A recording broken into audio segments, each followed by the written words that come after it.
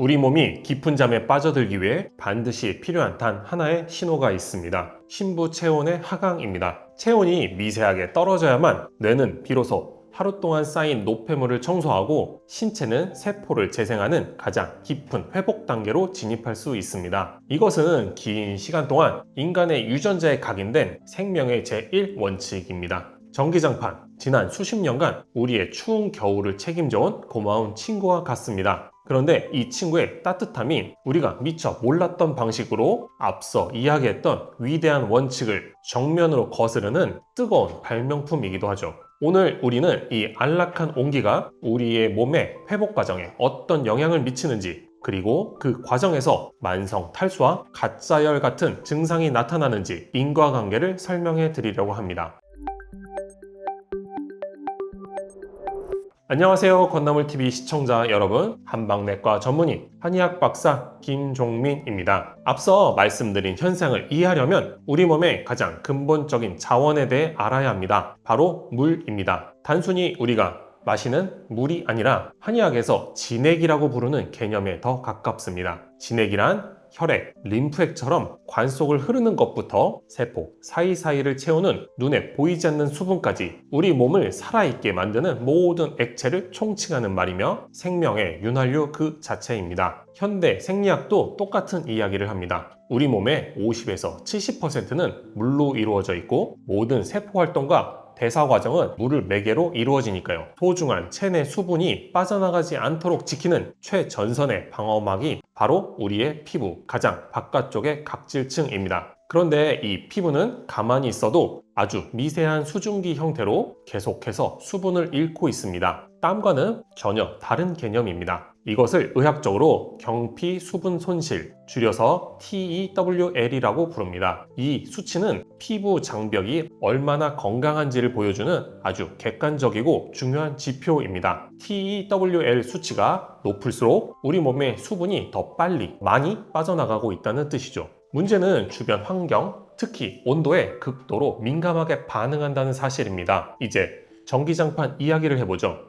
전기장판의 열은 온돌처럼 공기를 데워서 우리를 따뜻하게 만드는 복사열 방식이 아닙니다. 우리 피부에 직접 닿아서 분자 단위의 에너지를 그대로 전달하는 전도열 방식입니다. 이게 왜 중요하냐면 피부 표면의 물 분자들을 말 그대로 가열해서 강제로 증발시키기 때문입니다. 우리가 전기장판 위에서 8시간 동안 잠을 자게 되면 우리 몸의 가장 중요한 자원인 진액, 체수분은 지속적으로 우리가 인지하지 못하는 사이에 몸 밖으로 빠져나가게 됩니다. 밤새도록 비정상적으로 높은 수준의 TEWL이 유지되면서 우리 몸은 아주 서서히 하지만 확실하게 경미한 만성 탈수 상태로 접어들게 됩니다. 이것은 단순히 목이 좀 마른 상태와는 차원이 다른데요. 우리 몸의 핵심 운영체제가 망가지기 시작했다는 신호입니다. 만성 탈수는 혈액의 양을 줄이고 혈액의 점도를 높여 피가 끈적끈적해지게 만듭니다. 이렇게 되면 심장은 더 힘들게 펌프질을 해야 하고 혈액순환은 당연히 원활하지 않게 됩니다. 바로 이 지점에서 많은 분들이 겪는 기이한 증상이 시작됩니다. 분명히 몸은 으슬으슬 추운데 왜 얼굴만 화닥거리고 손바닥, 발바닥에서 불이 나는 느낌이 들까 하는 증상 말이죠.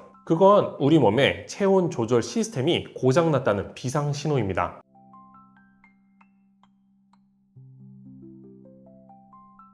우리 몸은 원래 심부에서 발생하는 열을 혈액순환을 통해 온몸으로 골고루 보내고 피부 표면에서 방출하면서 37도의 체온을 유지합니다. 그런데 탈수로 인해 혈액순환이 비효율적이 되면 열 배분 시스템이 제대로 작동하지 않습니다. 냉각수가 부족해진 엔진이 과열되는 현상과 비슷합니다. 우리 몸은 위기 상황을 타개하기 위해 비효율적인 방식으로 열을 방출하려고 시도합니다. 그 결과 열이 위로 솟구쳐 얼굴이나 가슴 쪽으로 몰리고 사지 말단인 손바닥, 발바닥으로 몰리게 되는 겁니다. 정작 몸의 중심부는 차가운데 말이죠. 한의학에서는 수천 년 전부터 이 현상을 정확하게 짚어냈습니다. 바로 상열하한 그리고 허열입니다. 허열은 진짜 열이 아니라 몸의 진액, 음액이 부족해져서 상대적으로 양기가 떠오르는 가짜 열입니다. 자원이 부족한 상태에서 체온 조절 시스템이 오작동하는 현상을 정말 정교하게 묘사한 것이죠.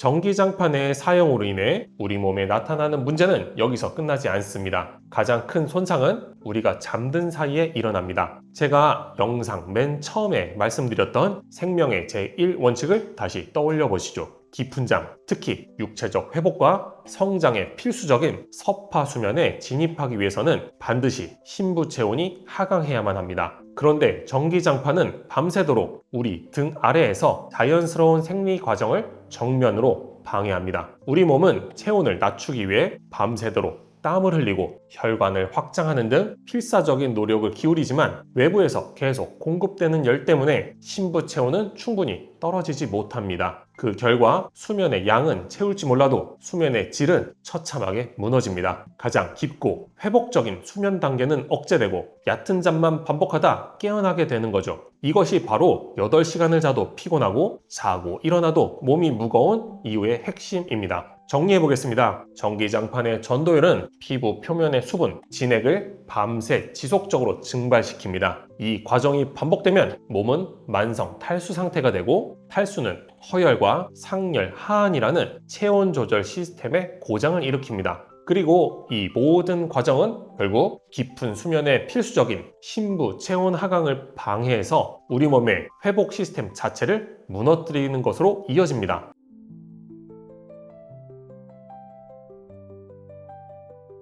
그렇다면 어떻게 해야 할까요? 이 안락함을 포기해야만 하는 걸까요? 다행히 해결책은 있습니다. 문제의 원인을 이해하면 훨씬 더 현명하게 온기를 얻을 수 있습니다. 가장 중요하고 효율적인 첫 번째 원칙은 전기장판의 용도를 바꾸는 것입니다. 수면 내내 사용하는 난방기구가 아니라 잠들기 전 침구를 데우는 예열기구로만 사용하는 것이죠. 잠자리에 들기 1시간 전쯤 미리 켜서 이불 속을 충분히 덮여놓고 눕기 직전에 반드시 전원을 끄거나 타이머를 맞춰두는 습관입니다. 이렇게 하면 인공적인 열의 방해 없이 우리 몸이 자연스럽게 심부 체온을 낮추며 깊은 잠에 빠져들 수 있습니다. 부득이하게 밤새 사용해야 한다면 두 번째 차선책은 바로 습도 관리입니다. 가습기를 사용하거나 젖은 수건을 널어 실내 습도를 50에서 60% 정도로 유지하는 것이 좋습니다. 전기장판으로 인해 건조해진 공기가 우리 호흡기 점막에 수분을 빼앗아 가는 것을 최소화해 줍니다. 그리고 모든 것의 기본이 되는 세 번째 습관은 낮 시간 동안 의식적으로 따뜻한 물을 충분히 마셔두는 것입니다. 밤사이 빼앗길 수 있는 수분을 우리 몸에 충분히 비축해두는 가장 간단하면서도 효과적인 방법입니다. 근본적으로 더 나은 대안을 찾고 싶으시다면 특정 제품을 찾기보다 열의 전달 방식이라는 원리를 이해하는 것이 중요합니다. 예전 우리 조상들의 온돌방처럼 공기는 서늘한데 몸속 깊은 곳까지 은은하게 데워주는 열이 있습니다. 바로 복사열 방식이죠.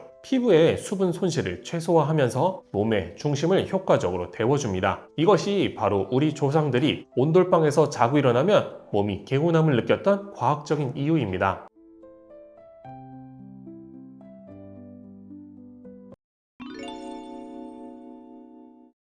진료실에서 환자분들을 뵙다 보면 문득 오래된 의학 서적의 한 구절이 떠오를 때가 있습니다. 바로 심장에 불이 쌓여 정신이 흐트러진다는 문장입니다. 여기서 말하는 정신은 단순히 기분을 뜻하는 게 아닙니다. 옛 의서의 신이란 우리의 의식, 사고, 기억, 감정, 심지어 수면의 질까지 포함하는 뇌의 모든 고등 기능을 의미하는 기능적인 용어였습니다. 심장의 문제가 뇌의 기능 자체를 직접 흔들 수 있다는 뜻입니다. 옛날 의사들은 정말로 환자들의 몸에서 불을 봤던 걸까요? 아니면 그냥 비유적인 표현이었을까요? 하도 궁금해서 제가 직접 한번 찾아봤습니다. 심장에 불이 있다고 진단받았던 사람들의 몸에서는 결론부터 말씀드리면 정말 불이 있었습니다. 수천 년 전 의사들이 남긴 기록을 보면 그들은 특정 증상을 가진 사람들을 하나의 그룹으로 묶었습니다. 그중 하나가 바로 심화항성, 심장에 불이 왕성한 사람들이었죠. 이 사람들에게는 몇 가지 공통적인 단서가 발견되었습니다. 첫 번째 단서는 혀였습니다. 유독 혀끝이 붉어지고 자꾸 입안에 염증이 생기는 현상입니다. 이것은 단순한 색깔의 변화가 아니라 현대의학에서 말하는 설염이나 구내염 같은 명백한 염증의 반응 증거였습니다. 즉 임상적 징후입니다. 두 번째 단서는 맥박이었습니다. 특별히 운동을 하지 않는 안정된 상태에서도 맥이 빠르게 뛰는 현상이죠. 이건 역시 느낌이 아니라 안정식, 심박수가 분당 90회 이상으로 측정되는 빈맥이라는 객관적인 상태입니다. 단서들만 놓고 보면 심화라는 것은 결국 우리 몸의 면역계가 과민하게 반응하고 심장이 필요 이상으로 흥분한 일종의 과각성 상태라고 추정해 볼 수 있습니다. 기록에는 또 다른 그룹도 있는데요. 바로 심혈허, 심장의 혈액이 부족하다고 기록된 사람들입니다. 이들에게서도 공통적인 단서들이 발견됐습니다. 첫 번째 단서는 얼굴이었습니다. 혈색 없이 창백하거나 누렇게 뜨는 현상이죠. 이것은 혈액 속 산소를 운반하는 헤모글로빈 수치가 감소했을 때 나타나는 창백이라는 빈혈의 징후와 정확히 일치합니다. 두 번째 단서는 기능적인 문제였습니다. 앉았다 일어설 때 눈앞이 핑 돌면서 어지러운 증상이죠. 기립성 저혈압의 특징적인 증상으로 실제로 일어선 직후 혈압을 측정했을 때 수축기 혈압이 20 이상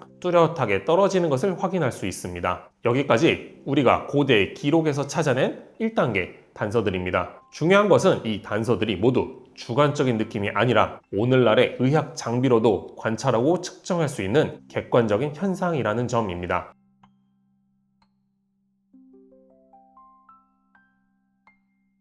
현상들을 현대 과학의 언어인 숫자로 번역하면 과연 어떤 의미가 나타날까요? 그런데 먼저 한 가지 중요한 질문에 답을 해야 합니다. 심장의 문제가 어떻게 혀나 얼굴색 같은 전혀 다른 곳에 신호를 보내고 그 신호는 왜 심장의 미세한 박동 변화 속에 숨어 있는 걸까요? 그 열쇠는 바로 심장과 뇌를 잇는 거대한 통신망, 심장뇌축에 있습니다. 놀라운 사실은 이 통신망의 80%가 뇌에서 심장으로 가는 일방적인 명령어가 아니라 심장이 자신의 상태를 실시간으로 보고하는 상행선이라는 점입니다. 심장이 뇌의 기능에 직접적인 영향을 미친다는 명백한 증거죠. 여기서 등장하는 것이 바로 심박변이도 HRV 검사입니다. 심박변이도는 심장 박동의 미세한 변화를 분석해서 우리 몸의 자율신경계가 얼마나 건강하고 안정적인지를 숫자로 보여주는 아주 중요한 검사입니다. 자율신경계의 우리 몸의 엔진과 브레이크, 교감신경과 부교감신경으로 이루어져 있죠.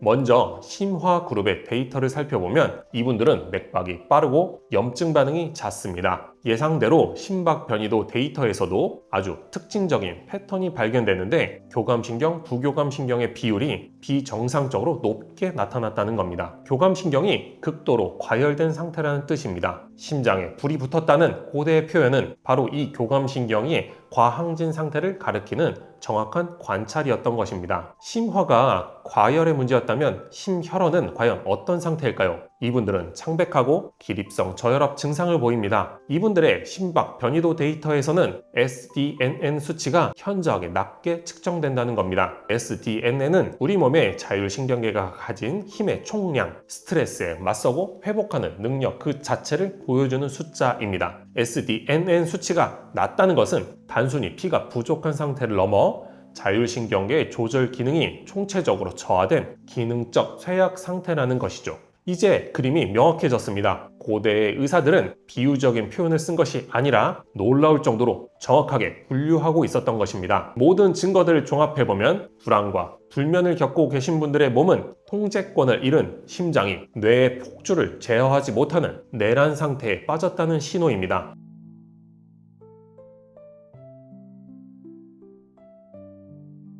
그렇다면 마지막 질문이 남습니다. 제시했던 해결책은 과연 효과가 있었을까요? 교감신경이 과열된 심화 상태의 사람들에게 과거 의사들은 황련해독탕 같은 약재를 처방하고 손목에 신문혈이라는 부위에 침을 넣었습니다. 현대 과학으로 분석해보니 놀라운 사실이 밝혀졌는데요. 황련해독탕의 핵심 성분은 우리 몸의 염증 반응을 일으키는 핵심 스위치인 NF-kappa B 경로를 차단하는 것으로 확인되었습니다. 분자 수준의 염증에 불을 끄는 역할을 하는 거죠. 신문열에 침을 놓았을 때 뇌를 촬영하는 fMRI 영상에서 스트레스와 공포를 관장하는 뇌의 편도체 부위가 안정화되는 것이 관찰되었습니다. 심박 변이도 데이터에서도 열을 식혀주는 부교감신경의 활성도가 실제로 증가하는 것으로 나타났던 겁니다. 그럼 지금부터 실생활에서 안정을 되찾고 심장에 불을 끌 수 있는 방법을 알려드리겠습니다. 물론 지금부터 소개해드리는 방법들이 현재 받고 있는 전문적인 의학적 치료를 대체할 수는 없지만 내 몸의 조절 능력을 스스로 키우고 회복을 도울 수 있는 과학적으로 증명된 두 가지 방법입니다. 첫 번째는 공명 주파수 호흡입니다. 핵심은 내가 통제할 수 있는 가장 깊고 느린 속도로 5초간 숨을 들이쉬고 5초간 내쉬는 것을 반복하는 것입니다. 특정 속도로 호흡을 할 때 우리 심박 변동의 폭 HRV가 가장 커지면서 미주신경에 가장 강력한 훈련 효과를 줍니다. 10분이라도 이 호흡을 꾸준히 연습하는 것은 헬스장에서 근육을 키우는 것처럼 우리 자율신경계의 회복 탄력성 자체를 키우는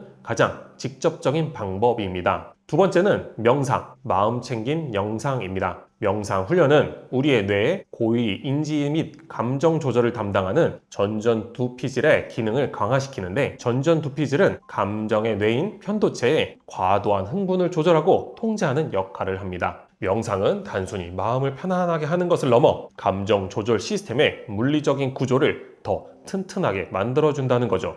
호흡과 명상은 단순히 스트레스를 푸는 기술이 아닙니다. 이것은 세상에서 가장 시끄러운 뇌의 독재를 멈추고 내 몸의 진짜 주인이자 군주인 심장의 목소리를 듣는 가장 직접적인 길입니다. 결론적으로 심장에 불이 쌓인다는 고대의 기록은 정서적 스트레스로 인한 교감신경계의 만성적인 과활성화와 그로 인해 전신적인 염증 반응에 대한 놀랍도록 정교한 관찰 보고서였던 셈입니다.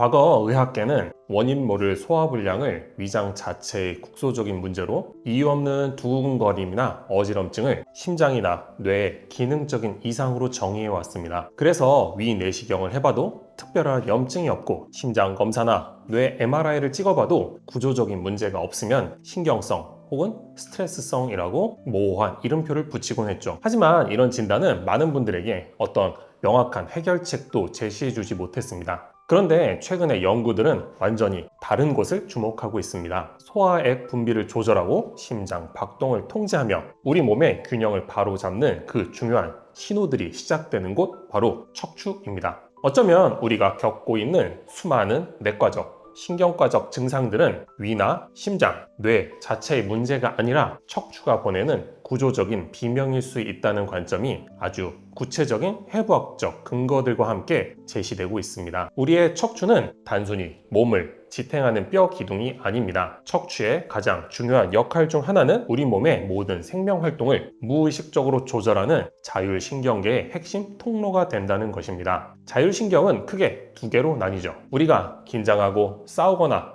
도망칠 때 활성화되는 교감신경, 편안하게 쉬고 소화시킬 때 활성화되는 부교감신경, 부신경이 균형을 이룰 때 우리 몸은 최적의 상태를 유지합니다. 자율신경 시스템의 모든 활동을 통합하고 지휘하는 신경학적 중심지가 바로 척추와 안과 주변을 따라 흐르는 신경 줄기들입니다. 가장 대표적인 예가 바로 목, 머리뼈 바로 아래에 위치한 1번과 2번 경추입니다. 이 부위는 우리 몸의 부교감신경계에서 가장 중요한 역할을 하는 미주신경이 뇌에서 빠져나와 온몸으로 퍼져나가는 아주 중요한 길목입니다. 해부학적으로 미주신경은 1번 경추 횡돌기 바로 앞쪽을 지나갑니다. 그런데 현대인들의 생활 습관을 한번 떠올려 볼까요? 우리는 하루 종일 스마트폰을 보거나 컴퓨터 모니터 앞에서 일을 합니다. 자연스럽게 머리는 앞으로 점점점 빠져나오고 목은 C자형의 정상적인 곡선을 잃어버리고 일자로 뻣뻣하게 펴지게 됩니다. 우리가 고개를 15도 숙일 때 목이 받는 하중은 12kg, 60도를 숙이면 무려 27kg의 무게를 견뎌내야 합니다.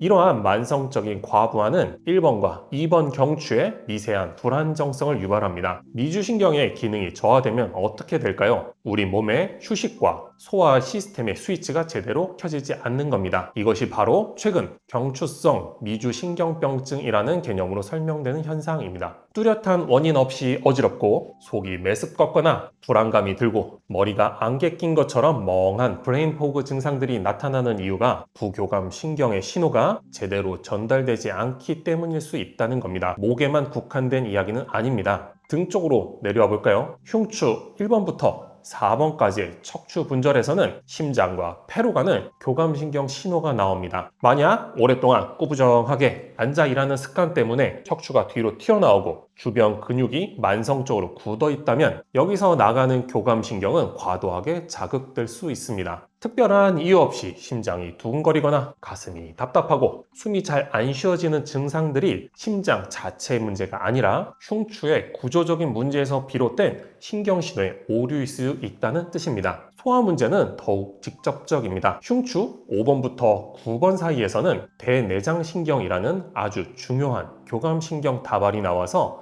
위, 간, 담낭, 췌장 같은 상복부의 소화기관들을 지배합니다. 만약 이 부위의 척추가 틀어져 있거나 주변 조직의 압박이 심하다면 소화기관으로 나가는 신경 신호에 문제가 생길 수밖에 없습니다. 위산 분비가 제대로 조절되지 않거나 위장 운동이 저하되어 음식이 잘 내려가지 않고 더부룩한 기능성 소화불량이 나타나는 아주 구체적인 원인이 될 수 있다는 거죠.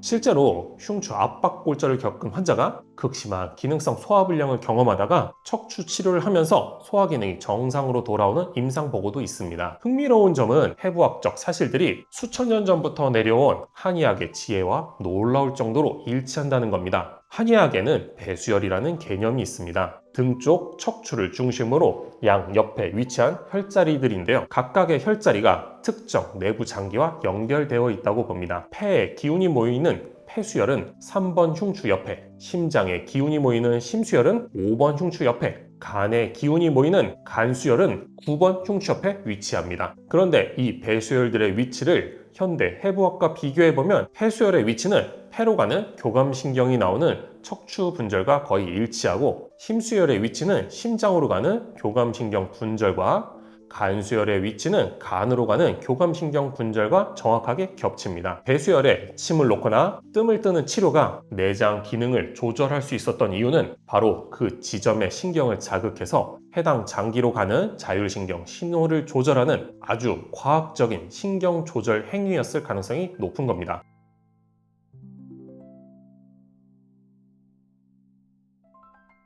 결국 하나의 결론으로 모아집니다. 원인 불명으로 여겼던 수많은 증상들, 소화불량, 심계항진, 두근거림, 어지럼증, 불안감, 만성피로는 어쩌면 각각의 장기가 따로따로 고장난 것이 아닐 수 있습니다. 모든 장기의 기능을 조율하는 중심 신경통로, 척추의 구조가 무너지면서 신경신호 전달에 문제가 생겨 발생하는 시스템 오류의 증상일 수 있다는 겁니다. 잘못된 구조를 바로잡고 신경의 흐름을 원활하게 만들기 위해 우리는 무엇을 해야 할까요? 문제의 핵심이 목과 등에 있는 만큼 해결의 열쇠 역시 바로 그곳에 있습니다. 오늘부터 당장 시작할 수 있는 3가지 방법을 알려드리겠습니다. 첫 번째는 무너진 목의 위치를 되돌리는 친인 운동입니다. 단순히 턱을 당기는 것이 아니라 머리 전체를 수평으로 뒤로 당겨 귀와 어깨를 같은 선상에 놓는 것을 목표로 합니다. 편안하게 앉거나 선 자세에서 손가락 하나를 턱 끝에 대고 그 손가락을 밀어낸다는 느낌 없이 머리 전체를 뒤로 당겨 이중턱을 만들어 보세요. 5초간 유지하고 천천히 돌아오는 동작을 10회 반복합니다. 간단한 움직임만으로도 목 깊은 곳에 안정화 근육이 강화되고 과도하게 긴장되었던 뒷목 근육은 부드럽게 이완됩니다. 두 번째는 굳어버린 등을 깨우는 폼롤러 흉추 신전 운동입니다. 굽은 등은 목이 앞으로 빠져나가는 근본적인 원인이기 때문에 등을 펴지 않고 목만 교정하는 것은 의미가 없습니다. 폼롤러를 날개뼈 바로 아래 가로로 놓고 무릎을 굽힌 채 눕습니다. 양손으로 머리를 잘 받쳐 목에 힘이 들어가지 않도록 한 뒤 숨을 내쉬면서 등을 폼롤러 위로 부드럽게 젖혀주세요. 흉추 마디마디가 시원하게 퍼지는 것을 느끼며 10회 정도 반복합니다. 흉곽을 열어줘 호흡을 깊게 하고 등과 목의 구조적인 부담을 줄여주는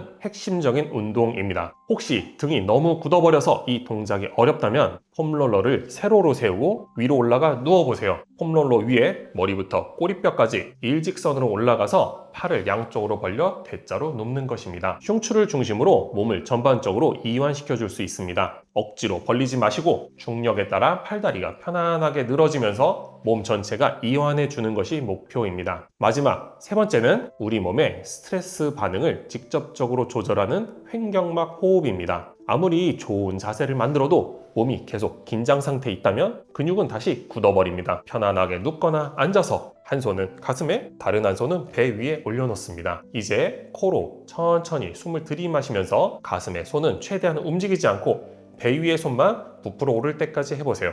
그리고 숨을 내쉴 때는 들이마실 때보다 2배 길게 천천히 내뱉습니다. 이렇게 4초간 들이마셨다면 8초간 내쉬는 방식이죠. 하루 5분 이 호흡에만 집중하는 시간을 가져보세요. 횡격막이 움직일 때마다 그 주변을 지나는 미주신경이 부드럽게 자극되면서 투쟁, 도피 스위치는 꺼지고 휴식, 소화 스위치가 켜지게 될 겁니다.